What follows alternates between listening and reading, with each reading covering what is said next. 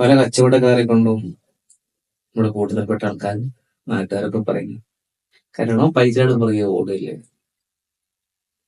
സത്യത്തില് കച്ചവടം ചെയ്യുന്ന എല്ലാവർക്കും അവർക്ക് ഭയങ്കര ഇഷ്ടമാണ്, ഇതുണ്ട് ഭയങ്കര മുഹബത്താണ്.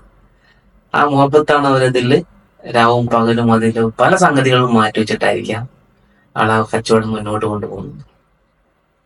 ഈ കച്ചവടത്തില് റവന്യൂ മോഡൽ എന്ന് പറഞ്ഞ സംഗതിയുണ്ട്.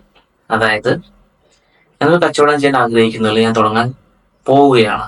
അപ്പൊ ഞാൻ ആദ്യം കാണേണ്ടത് എന്താണെന്ന് വെച്ചാൽ എന്തായിരിക്കും എന്റെ റവന്യൂ മോഡൽ എന്നുള്ളത്. അപ്പോൾ ഒരു ബേക്കറി സ്റ്റാർട്ട് ചെയ്യുകയാണെങ്കിൽ ആ ബേക്കറിൽ ഒരുപാട് പ്രൊഡക്റ്റ് ഉണ്ടാവില്ലേ, എല്ലാ പ്രൊഡക്റ്റും ഒരുപോലെ വിറ്റ് പോകില്ലല്ലോ. അപ്പോൾ ആ ഒരു ഏരിയയിൽ ഏറ്റവും കൂടുതൽ വിൽക്കുന്ന പ്രൊഡക്റ്റ് ഉണ്ടാവും. അങ്ങനെ ആ പ്രൊഡക്റ്റ് എന്താണെന്ന് കണ്ടുപിടിച്ചിട്ട് ആ പ്രൊഡക്റ്റിന്റെ ക്വാളിറ്റിയും ആ പ്രൊഡക്റ്റിന്റെ പ്രൈസും കോമ്പറ്റീറ്റീവ് ആക്കി കഴിഞ്ഞാൽ, നല്ല ക്വാളിറ്റി സാധനം കൊടുക്കുക, പ്രൈസ് കോമ്പറ്റീറ്റീവ് ആക്കി കഴിഞ്ഞാൽ അതൊരു റവന്യൂ മോഡലാണ്. അതേപോലെ അതേ ബേക്കറിയിലുള്ള ആള് ആ ബേക്കറിയിലെ തൊട്ട മുൻപിൽ ചെറിയൊരു ഷെഡ് കിട്ടി അവിടെ കുറച്ച് ഫ്രൂട്ട്സ് വെച്ച് കഴിഞ്ഞാൽ അത് വേറൊരു റവന്യൂ മോഡലാണ്. അത് തന്നെ ആ ഷെഡിലുള്ള ആ ഫ്രൂട്ട്സിന് അനുബന്ധമായിട്ട് ഒരു ജ്യൂസ് കട തുടങ്ങി കഴിഞ്ഞാൽ അത് വേറെ റവന്യൂ മോഡലാണ്.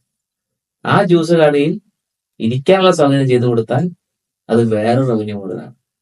ഇങ്ങനെ ഒരു കച്ചവടത്തിൽ ഒരുപാട് റവന്യൂ മോഡൽസ് ഉണ്ടാവും.